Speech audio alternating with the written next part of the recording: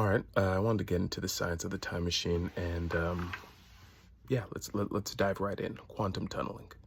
I need the time machine, obviously, and I said the time machine was crucial to the hoverboard development because we're working on ninth dimensional stuff, so we're already years ahead of time. And I'm just one scientist, or am I? Right?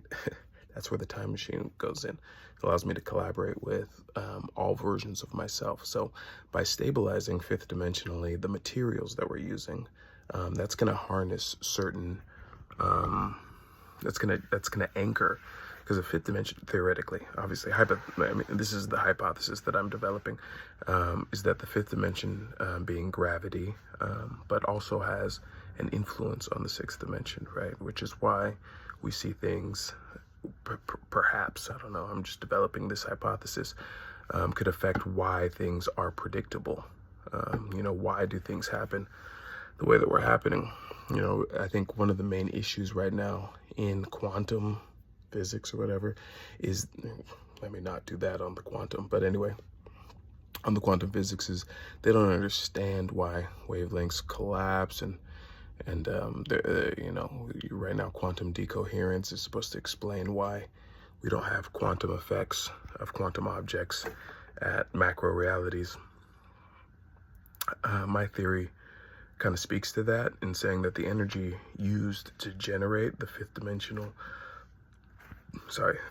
materials that we're using actually prohibits the energy that you would need to violate the fifth dimensional constructs you already have in the molecules that you're using,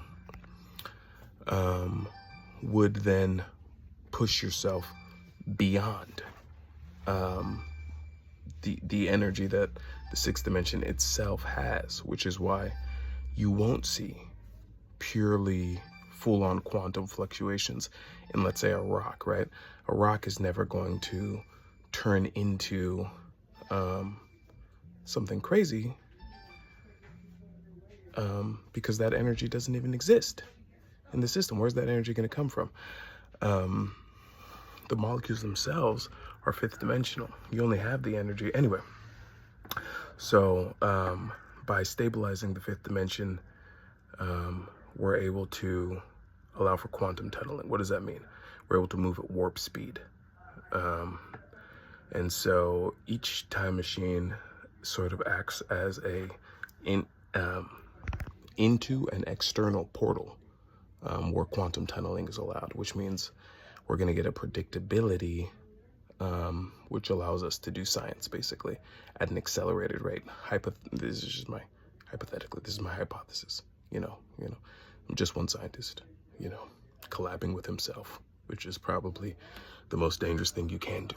But what that does is it allows for me to get, I would think, maybe 4 times the benefit of my research per experiment. And so let's say I've done 300 plus experiments, however many videos are out there.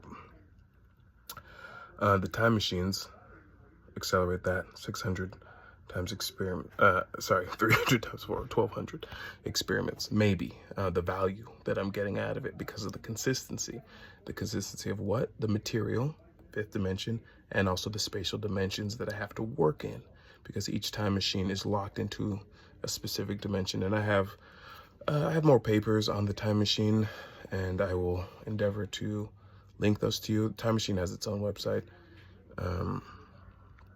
and you can find that, through all my links and stuff like that. Do want to say thank you to all the hoverheads. You guys have been amazing. I can't believe it. Coming over to YouTube, dropping the subscribes, Instagram, TikTok, we're soaring. I know some people have been saying that maybe I'm crazy. I am. I'm just one scientist, crazy for science, loving every moment of it. And you guys, the hoverheads, you're making it awesome. So I don't know what that was that I just did, but anyway, I'll catch you later. Hope to drop more soon. There's a lot to get into. So we're just starting. Peace out. Shout out to all the hoverheads. Lots of good things coming. Oh, some really interesting things coming. We're going to be working on a full scale model pretty soon.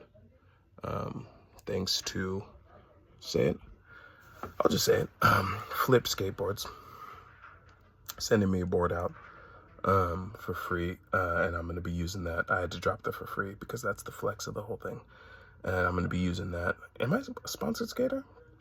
Anyway, I'm going to be using that to build the full scale. And you guess what? It's a lot easier to build a full scale hoverboard than a small scale. A lot easier. So it's gonna be really interesting. It's gonna be more expensive though. So yeah, well, anyway, we'll see how that works. Thank you guys so much for your time, for your love, for your support. Hoverheads out.